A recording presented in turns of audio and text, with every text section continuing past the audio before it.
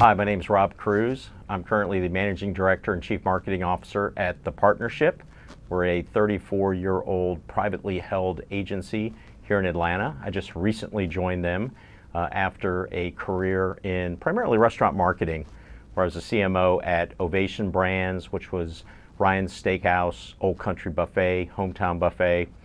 Previously, I was the CMO at Church's Chicken. Prior to that, I ran international marketing for Wendy's.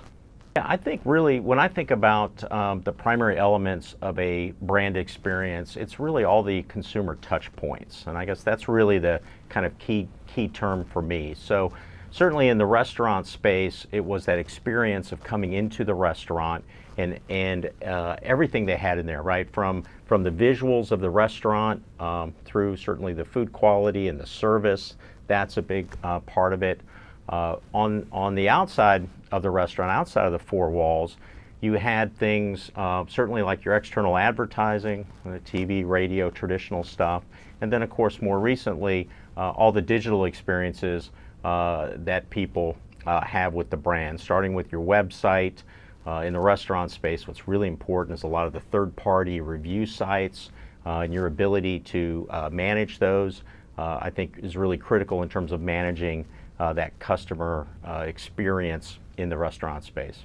When I think about really combining experiences, brand experiences across all mediums, one of the models I really like is one that's been put forth by Scott Brinker at Chief Martech, and that's really, it's a Venn diagram of message, media, and mechanics, and really the intersection of those three being what is truly the customer experience. And the key part, I think, in doing that, when I think about the message, and that message has to be consistent across all your touch points, both in store. So, you know, if you're in the physical world, you can't be upscale and then go out with a digital message that really has a, you know, kind of lower end, not as aspirational look and feel.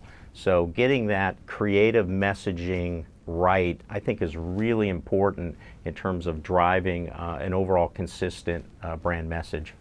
Yes, I think, you know, the important part in building customer understanding is research, and we talk about it a lot, and it's not just an academic function, but to go out, and there's really two ways to do it, of course. You can do surveys and ask people, you know, certainly what do they want and that type of thing. And then I think there's also the behavioral component when you really look at, okay, well, who's actually coming into my brand? And sometimes we find disparities in the research. And I've been in brands where we thought, oh, our customer is over the age of 65 and is a much older consumer. And then when you actually went into the restaurants and you started looking at you know, credit card data and stuff like that, and you see a much younger customer, you know, and I saw that at the buffet concepts I was in, where we definitely had a young family, a very important young family component, where previously we thought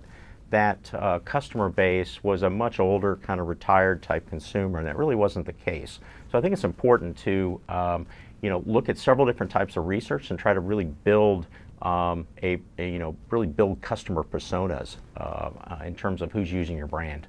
I do like building personas. I think it's a good starting point. It's not an end-all be-all from the standpoint of you know, when you go to buy media, you're often constrained. You can't sometimes you can't get all the way down to something as specific as you're looking at. In some ways, that's okay. You know, I think about you know, Harley Davidson, as I've always used as a good brand example, where, you know, they had this core sort of brand persona of you know, the outlaw biker, and that's who, you know, use their product. And you'd say, well, if I was buying against that, I'm going to buy, it's going to lead you to certain media choices, when the reality is there's a lot of doctors and lawyers and affluent white-collar professionals really buying into that brand persona, and that was the actual usage group. So I think you have to be aware of that dynamic when you build out these personas and your brand, what your brand really stands for, and really understand it. When you fully understand it, and if you're buying for Harley Davidson, obviously you're going to go buy against those white-collar professionals because that's who's really using the product. When I think about, you know, journey mapping within the restaurant space, and we have tried to do some of that, and we know, and I'll get the exact numbers wrong, but it's something to the tune of like 90% of lunch decisions are made within the 10 minutes prior of eating, where dinner is much more planned out. So if you're thinking about when, in terms of timing messages and stuff, and that's where, like, from a lunch standpoint, I think if you have a mobile database, and you're pinging people just right before lunch, that's really the right time. Dinner, you can do that much earlier, say 3, 4 p.m. When they might start thinking, oh, what are you going to eat in a couple hours, and I've got to prepare dinner for the family. So just even within the last couple of years, I actually did go out and I built out a customer mapping journey, really, and it's like a technology platform that I think multi-unit retail companies should use, because it really gets into, and you look at the physical space. Once someone comes into your brick and mortar establishment, you then have the opportunity to identify them, put them in a database and start communicating with them. Just as, and right next to that, brick and mortar spot on the model, I also have just really an online, just call it an online run-in, right? If they come and hit your website, register for a sweepstakes or something like that, you start gathering, what's your opportunities to gather information on them, and then begin talking to them and creating a conversation so that you can hit them at various points and really hit them for what I would think of as kind of different occasions within restaurants. And there's, we could sit down and probably identify over 20 different usage occasions for restaurant, right? Lunch with coworkers, dinner with families, celebration, those type of things. And each one of those would require really a different communication strategy in terms of trying to drive that business. I think it's really important to build trust, and I think you really do that in this case by almost kind of the corollary, which is don't violate it, right off the bat. So, when you have information, you don't want to send, creepy emails like, hey, I know, very specific, I know you were doing this, or you've been, since you were surfing, this site. I heard someone once describe it as, think about it as a dating relationship, and if you just started dating someone, that's pretty accurate, I think, in terms of how you want to go to market. So again, not violating the trust up front is really an important part of kind of building it. But building it comes in time. I think it comes in time by not crossing the line. And doing things that, and again, this is subjective, right? But what most people would feel is, kind of creepy or intrusive. I think once you've built a database and you start collecting this data, again, it's very important not to violate that trust. So as you build information and you're mining the data, you will find insights. I think the important thing in the communication is really to create value for the consumer. And I'll be honest, somebody asked me a question in an interview once. They said, well, how much is, too much emailing? Or, what they were looking for, like, is there a magic number to email folks and communicate with them? And I told them, no, I don't believe there is, because it all depends on the content, right? So if I'm sending communication that just says, hey, look at us, we're here, we got this great stuff, and it's all about me, they're going to get pretty annoyed with that. To send them something that says, hey, you know what, you're a great customer, and here's a fantastic offer. And this is where the data mining, if you know perhaps that they've redeemed an offer like that before, and it was a value to them, it'll probably be a value to them again. And so this. The communication doesn't become gratuitous, and I think that's really the important part here, and that's the way I think about it. There's a little bit of test and learn that has to go on with that, but again, if you think about dating someone or whatever, you're not going to be texting them 10 times a day like, what's going on. There's a certain amount of EQ, this emotional quotient that goes into marketing. And I think what a lot of people are afraid of is marketers who certainly lack that capability and abuse it for the sake of one additional penny in earnings at the end of the quarter. Yeah, I think the amount of personalization in marketing is only going to increase going forward. It's certainly, and it's always been a long goal of mine. Again, I think it has to be places where it really matters, and it's not gratuitous. Where again, if you know something about someone, you may not put that into communication unless it's completely relevant.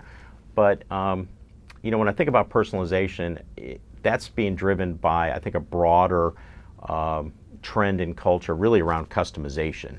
And when I was a kid, growing up playing baseball, you could get spikes really in two colors. They came in black or white, and that's what you were going to wear with your baseball uniform. My son has the opportunity now to go on a website, and there's probably 11 or 12 different places on a cleat where he can put a different color and do whatever he wants. And that's created consumers that really have this expectation of being able to customize, right down to the nth degree. So I think the expectation then comes with any kind of communication that comes at them, or are you able to do that as well? And I think you have to be sensitive to really getting that right.